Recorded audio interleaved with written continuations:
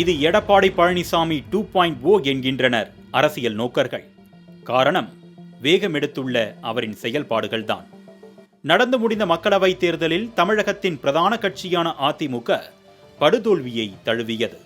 இது மட்டுமல்ல, அதிமுகவின் பொதுச் செயலாளராக எடப்பாடி பழனிசாமி பொறுப்பேற்ற காலத்தில் இருந்து அக்கட்சி தொடர் தோல்விகளை சந்தித்து வருகிறது.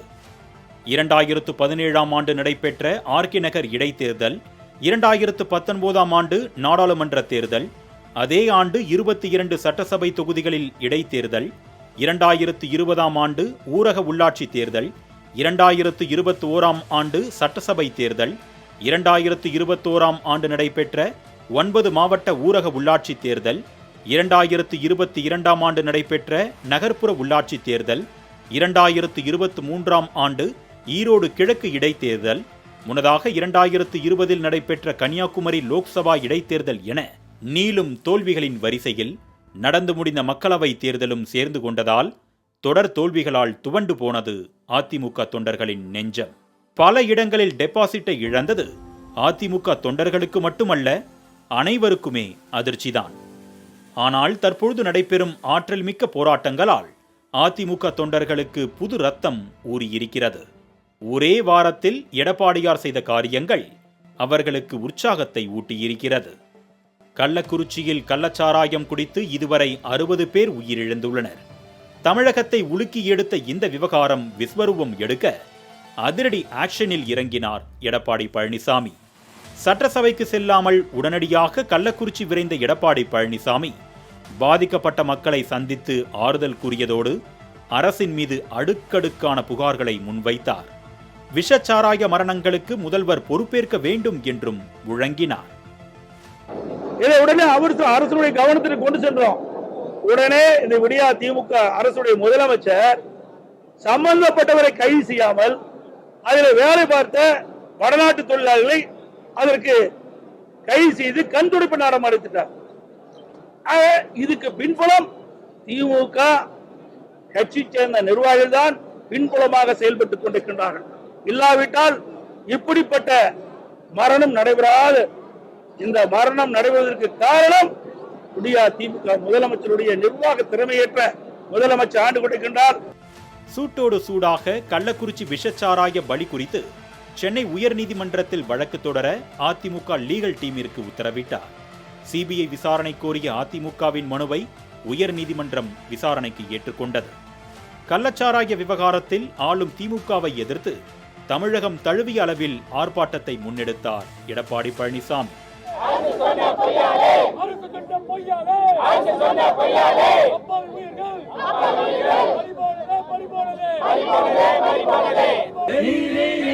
பெண்கள் வயிறு எரியுது,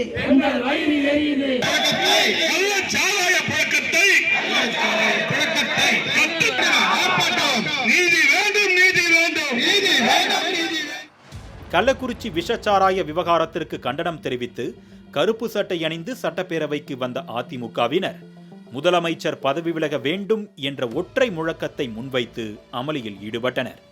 இதனால் அதிமுகவினர் சட்டப்பேரவையில் இருந்து குண்டுக்கட்டாக தூக்கி வெளியேற்றப்பட்டனர்.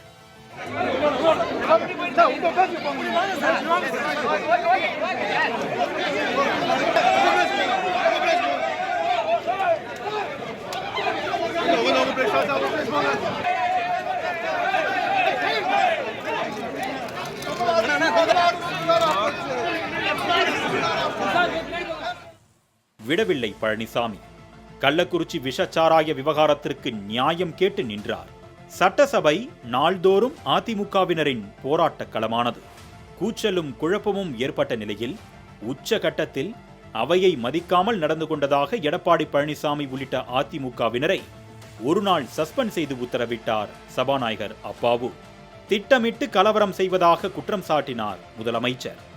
எதையும் கண்டுகொள்ளாமல் அடுத்த கட்டமாக அணிந்திருந்த கருப்பு சட்டையோடு ஆளுநர் மாளிகையை நோக்கி புறப்பட்டார் பழனிசாமி. ஆளுநர் RN ரவியை சந்தித்த அதிமுக குழு கோரிக்கை மனுவை கொடுத்தது. கள்ளச்சாராயம் குடித்து மரணமடைந்த அதற்கு முழுமையான பொறுப்பேற்று தார்மீக பொறுப்பேற்று முதலமைச்சர் ராஜினாமா செய்ய வேண்டும். இரண்டாவது, இந்த விசாரணை நியாயமாக நேர்மையாக நடைபெற வேண்டுமென்றால் இதை சிபிஐ வசம் ஒப்படைக்க வேண்டும். அப்பொழுதுதான் நியாயமான விசாரணை நடைபெறும். கள்ளக்குறிச்சி மரணங்களுக்கு பொறுப்பேற்று முதலமைச்சர் பதவி விலக வேண்டும் என்பதே அதிமுகவினரும் அதன் பொதுச் செயலாளர் இபிஎஸும் எழுப்பும் கோரிக்கை.